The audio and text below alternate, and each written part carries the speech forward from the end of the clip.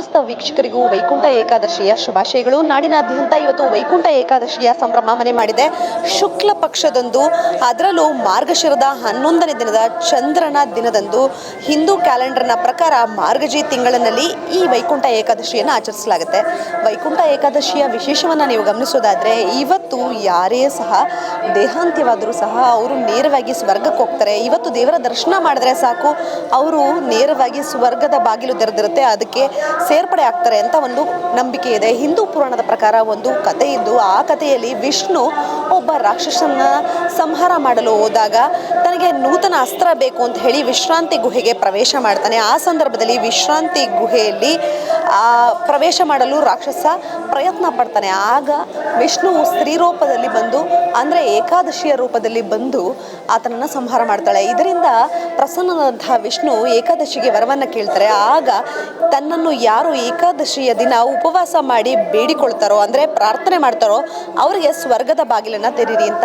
ಸ್ವರ್ಗದ ಅಧಿಪತಿ ಅಂತ ಹೇಳಿದ್ರೆ ಅದು ಮಹಾವಿಷ್ಣು. ಮಹಾವಿಷ್ಣುವಿನ ಪೂಜೆಗೈದು ಯಾರು ಇಂದಿನ ದಿನ ಉಪವಾಸ ಮಾಡ್ತಾರೆ, ವರ್ಷದ 23 ಏಕಾದಶಿಯ ಪ್ರತಿಫಲ ಅವರಿಗೆ ಸಿಗುತ್ತೆ ಅನ್ನುವಂತಹ ನಂಬಿಕೆ ಇದೆ. ಹಾಗಾಗಿ ನಗರದ ದೇಗುಲಗಳಲ್ಲಿ ಸಾಕಷ್ಟು ಜನ ಇರುವಂಥದ್ದನ್ನ ನೀವು ನೋಡ್ತಿದ್ದೀರಿ. ಗಂಗಾನಗರದಲ್ಲಿರುವಂತಹ ವೆಂಕಟೇಶ್ವರ ದೇವಾಲಯದಲ್ಲಿ ಇವತ್ತು ವಿಶೇಷವಾದಂತಹ ಅಲಂಕಾರವನ್ನು ಮಾಡಿದ್ದಾರೆ. ವಿಷ್ಣು ಸಾಮಾನ್ಯವಾಗಿ ಅಲಂಕಾರ ಪ್ರಿಯ ಹಾಗೂ ಆಭರಣ ಪ್ರಿಯ. ಜೊತೆಗೆ ಈ ಹಿನ್ನೆಲೆಯಲ್ಲಿ ದೇವಸ್ಥಾನದಲ್ಲಿ ವಿಶೇಷವಾಗಿ ಅಭಿಷೇಕ ಹಾಗೂ ಅಲಂಕಾರವನ್ನು ಮಾಡಿದ್ದು ಮುಖ್ಯವಾಗಿ ಜನರು ಗಮನಿಸುವಂತಹದ್ದು ಏಕೈಕ ವಿಚಾರ. ಇವತ್ತು ಪ್ರಸಾದಕ್ಕಿಂತ ಎಲ್ಲರೂ ಉಪವಾಸ ಮಾಡ್ತಿರ್ತಾರೆ.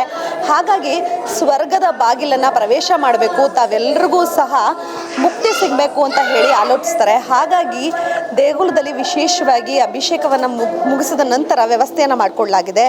ಅಂದರೆ ದೇಗುಲವನ್ನು ಹೊರ ಪ್ರವೇಶ ಮಾಡುವಾಗ ವೈಕುಂಠ ಏಕಾದಶಿಯಿಂದ ಈಗ ಸ್ವರ್ಗದ ಬಾಗಿಲನ್ನ ನಿರ್ಮಾಣ ಮಾಡಿದ್ದಾರೆ.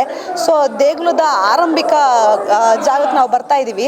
ಇಲ್ಲಿ ನಾವು ಗಮನಿಸ್ತಿರಬಹುದು, ಗುರುಗಳಿದ್ದಾರೆ, ಅವ್ರನ್ನೇ ಕೇಳೋಣ. ಗುರುಗಳೇ, ಇವತ್ತು ಉಪವಾಸ ಮಾಡಿದ್ರೆ 23 ಏಕಾದಶಿ ಉಪವಾಸ ಹಾಗೂ ಸ್ವರ್ಗ ಸಿಗುತ್ತೆ ಅಂತ ನಂಬಿಕೆ ಇದೆ. ನಂಬಿಕೆ ಬಗ್ಗೆ ಜನಕ್ಕೆ ಹೇಳಿ. ಹೌದು, ತುಂಬ ವಿಶೇಷವಾಗಿರ್ತಕ್ಕಂಥ ದಿನ ಇವತ್ತು. ಪುಷ್ಯ ಮಾಸದ ಶುಕ್ಲ ಪಕ್ಷದಲ್ಲಿ ಏಕಾದಶಿ, ವೈಕುಂಠ ಏಕಾದಶಿ ಪ್ರತಿ ವರ್ಷವೂ ಕೂಡ ಬರ್ತಕ್ಕಂಥದ್ದು. ಅದಕ್ಕೋಸ್ಕರ ಈ ದಿನ ತುಂಬ ವಿಶೇಷವಾಗಿ ಆ ಭಗವಂತನ ಕೃಪೆಗೆ ಬಂದು ಪ್ರಾರ್ಥನಾಗಿ ಆ ದರ್ಶನ, ವೈಕುಂಠ ದ್ವಾರ ದರ್ಶನವನ್ನು ಮಾಡಿದರೆ ಆ ಸ್ವರ್ಗಲೋಕವನ್ನು ಪಡ್ತಕ್ಕಂಥ ಶಕ್ತಿಯನ್ನು ತಂದು ಕೊಡ್ತಕ್ಕಂಥನು. ಅದಕ್ಕೋಸ್ಕರ ಇವತ್ತಿನ ದಿನ ಭಕ್ತಾದಿಗಳೆಲ್ಲರೂ ಉಪವಾಸವಿದ್ದು ಆ ಭಗವಂತನಿಗೆ ಪ್ರಾರ್ಥರಾಗಿ ಪ್ರತಿ ವರ್ಷನ ಬರ್ತಕ್ಕಂಥ ಈ ದಿನವೂ ಕೂಡ ವಿಶೇಷವಾಗಿರ್ತಕ್ಕಂಥ ದಿನ ಆಗಿರೋದ್ರಿಂದ ಎಲ್ಲ ಭಕ್ತಾದಿಯ ಸಹಕುಟುಂಬ ಸಮೇತರಾಗಿ ಬಂದು ಆ ಭಗವಂತನ ಸೇವೆಗೆ ಪ್ರಾರ್ಥರಾಗಬೇಕಾಗಿ ಕೇಳಿಕೊಳ್ಳುತ್ತಾ ಇದ್ದೀವಿ. ದೇಗುಲದಲ್ಲಿ ಈಗಾಗಲೇ ವಿಷ್ಣು ಸ್ವರ್ಗದ ಅಧಿಪತಿ ಅಂತ ಎಲ್ರಿಗೂ ಸಹ ಗೊತ್ತು. ಸ್ವರ್ಗದ ಅಧಿಪತಿಯಾಗಿರುವಂತಹ ವಿಷ್ಣುವಿಗೆ ವಿಶೇಷವಾದಂತಹ ಅಲಂಕಾರವನ್ನು ಮಾಡಿದ್ದಾರೆ. ವಿಶೇಷವಾದ ಅಲಂಕಾರ ಅಂದರೆ ಅಲಂಕಾರ ಪ್ರಿಯರಾದಂತಹ ಸ್ವಾಮಿ ಗೋವಿಂದನ ಅಲಂಕಾರವನ್ನು ನೀವು ನೋಡ್ತಾ ಇದ್ದೀರಿ. ವಿಶೇಷವಾದ ಆಭರಣಗಳು ಹಾಗೂ ಹೂವಿನ ಅಲಂಕಾರ ಮಾಡೋ ಮೂಲಕ ಗೋವಿಂದನ ದರ್ಶನವನ್ನು ಈಗಾಗಲೇ ಸಾಕಷ್ಟು ಮಂದಿ, ಸಾವಿರಾರು ಭಕ್ತರು ಪಡೆದಿದ್ದಾರೆ. ನೀವು ನೋಡ್ತಿರ್ಬೋದು, ಸರದಿ ಸಾಲಿನಲ್ಲಿ ನಿಂತು ಸರಿಸುಮಾರು ಪುಟಾಣಿ ಮಕ್ಕಳಿಂದ ಹಿಡಿದು ವಯಸ್ಸಾದವರು ಸಹ ಸ್ವರ್ಗದ ಬಾಗಿಲನ್ನ ಪ್ರವೇಶ ಮಾಡ್ತಾರೆ. ಇದೊಂದು ನಂಬಿಕೆ. ಇವತ್ತು ಯಾರು ದೇವರ ದರ್ಶನವನ್ನು ಮಾಡಿ ಉಪವಾಸ ಮಾಡಿ ಸ್ವರ್ಗದ ಬಾಗಿಲನ್ನು ಪ್ರವೇಶ ಮಾಡ್ತಾರೆ, ಖಂಡಿತವಾಗಿಯೂ ಅವ್ರಿಗೆ ಸ್ವರ್ಗವಾಸಿಗಳಾಗ್ತಾರೆ. ಅವ್ರು ಏನೇ ತಪ್ಪುಗಳು, ಅವ್ರು ಏನೇ ಸಮಸ್ಯೆಗಳು ಮಾಡಿದ್ರು ಸಹ ಅದಕ್ಕೆಲ್ಲದಕ್ಕೂ ಮುಕ್ತಿ ಸಿಗುತ್ತೆ ಅನ್ನೋ ನಂಬಿಕೆ ಇದೆ. ಆ ನಂಬಿಕೆಯನ್ನು ಹಲವರು ಬಳಸ್ಕೊಂಡು ಬಂದಿದ್ದಾರೆ. ಇಲ್ಲಿ ದೇವಸ್ಥಾನಕ್ಕೆ ವ್ಯವಸ್ಥೆ ಮಾಡಿರುವಂತಹ ವ್ಯವಸ್ಥಾಪಕನ ಮಂಡಳಿಯವರು ಸಹ ಇದ್ದಾರೆ. ಇವತ್ತು ಯಾವ ರೀತಿ ವ್ಯವಸ್ಥೆಗಳನ್ನ ಮಾಡಿಕೊಟ್ಟಿದ್ದೀರಿ ಮೇಡಮ್? ತುಂಬ ಚೆನ್ನಾಗಿ ಮಾಡಿದ್ದೀವಿ, ತುಂಬ ಅನುಕೂಲ ಇದೆ. ಇಲ್ಲಿ ಮಾತ್ರ ನಮ್ಗೆ ಅಷ್ಟು ತೊಂದರೆ ಏನಿಲ್ಲ. ಆರಾಮಾಗಿ ಕೂಲಾಗಿ ಆರಾಮಾಗಿ ಒಳ್ಳೆ ದರ್ಶನ ಮಾಡ್ಕೊಂಡು ಹೋಗ್ಬೋದು. ಶ್ರೀನಿವಾಸನಿಗೆ ನಿರಂತರವಾಗಿ ಅಭಿಷೇಕ ಮಾಡಿರೋದಿರ್ಬೋದು, ಅಲಂಕಾರ ಮಾಡೋದಿರ್ಬೋದು, ಇಲ್ಲ ಅರ್ಚನೆ ಮಾಡೋದಿರ್ಬೋದು, ಎಲ್ಲದಕ್ಕೂ ಇಲ್ಲಿ ಸಹ ಯಾವುದೇ ಗದ್ದಲವಿಲ್ಲದೆ, ನೂಕು ನುಗ್ಗಾಟವಿಲ್ಲದೆ ಎಲ್ಲವೂ ಸಹ ಸ್ಪಷ್ಟವಾಗಿ ಆಗೋದಕ್ಕೆ ಅವಕಾಶ ಮಾಡಿಕೊಟ್ಟಿದ್ದೀವಿ ಅಂತ ಹೇಳಿದ್ದಾರೆ. ಭಕ್ತಾದಿಗಳು ಇಲ್ಲಿ ಬಂದಿರುವಂತಹ ಸಂಖ್ಯೆಯನ್ನೇ ನೋಡ್ತಿದ್ರಿ. ಸಣ್ಣ ಸಣ್ಣ ಮಕ್ಕಳು ಕರ್ಕೊಂಡ್ಬಂದರೆ ಅಂದರೆ ಎಷ್ಟು ಸೇಫ್ ಅನ್ನೋದಕ್ಕೆ ನಿಮಗೊಂದು ಸಾಕ್ಷಿ ಸಿಗ್ತಾ ಇದೆ. ಪ್ರಸಾದ ವಿನಿಯೋಗಕ್ಕೂ ಸಹ ಅವಕಾಶ ಮಾಡಿಕೊಡ್ಲಾಗಿದೆ. ಇಲ್ಲೇ ಕೆಲವರು ಇದ್ದಾರೆ, ಅವ್ರನ್ನೇ ಮಾತಾಡಿಸೋ ಪ್ರಯತ್ನ ಮಾಡೋಣ.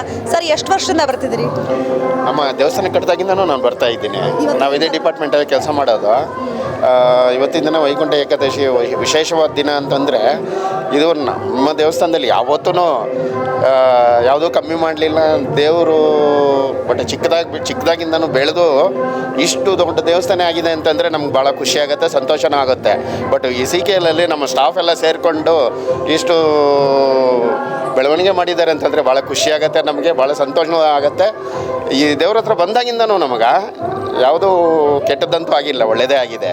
ಖಂಡಿತವಾಗಿಯೂ ಹೌದು. ವಿಷ್ಣು ಅಂತ ಹೇಳಿದ್ರೆ ನಿಮಗೆ ಗೊತ್ತಿದೆ, ಸಾಕಷ್ಟು ಆಭರಣ ಪ್ರಿಯರು ಹಾಗೂ ಆಶೀರ್ವಾದ ಮಾಡುವಾಗೂ ಸಹ ಅಷ್ಟೇ ಪ್ರಮಾಣದಲ್ಲಿ ಮಾಡ್ತಾರೆ ಅಂತ ಹೇಳಿ. ಸದ್ಯ ನೀವು ನೋಡ್ತಾ ಇದ್ದೀರಿ ಯಾವ ರೀತಿ ಸ್ವರ್ಗದ ಬಾಗಿಲನ್ನು ನಿರ್ಮಾಣ ಮಾಡಿದ್ದಾರೆ ಅಂತ ಹೇಳಿ.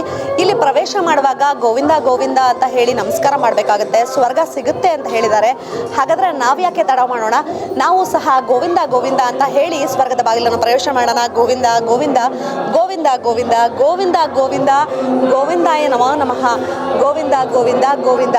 ಲಕ್ಷ್ಮೀ ಪದ್ಮಾವತಿ ಸಮೇತರಾಗಿರುವಂತಹ ಗೋವಿಂದ ಎಲ್ಲರಿಗೂ ಸಹ ಅವರ ಆಣತಿಯಂತೆ ಬೇಡಿಕೆಗಳನ್ನು ಈಡೇರಿಸಲಿ, ಜೊತೆಗೆ ಎಲ್ರಿಗೂ ಸಹ ಸ್ವರ್ಗವೇ ಸಿಗಲಿ. ಪ್ರತಿಯೊಬ್ಬರಿಗೂ ಸಹ ಜೀವನದಲ್ಲಿ ನೆಮ್ಮದಿ ಹಾಗೂ ತಮ್ಮ ಅಂತಿಮವಾಗಿ ಜೀವನ ಚಕ್ರದಲ್ಲಿ ನೆಮ್ಮದಿಯನ್ನು ಕಂಡುಕೊಳ್ಳುವಂತಹ ಆಸೆ ಇರುತ್ತೆ, ಎಲ್ರಿಗೂ ಸಿಗಲಿ ಅಂತ ಸಮಯ ನ್ಯೂಸ್ ಸಹ ಆಶಿಸುತ್ತೆ. ಬೆಂಗಳೂರಿನ ಕ್ಯಾಮರ್ಸನ್ ಅಭಿಜಿತ್ ಜೊತೆ ನಂದಿನಿ, ಸಮಯ ನ್ಯೂಸ್.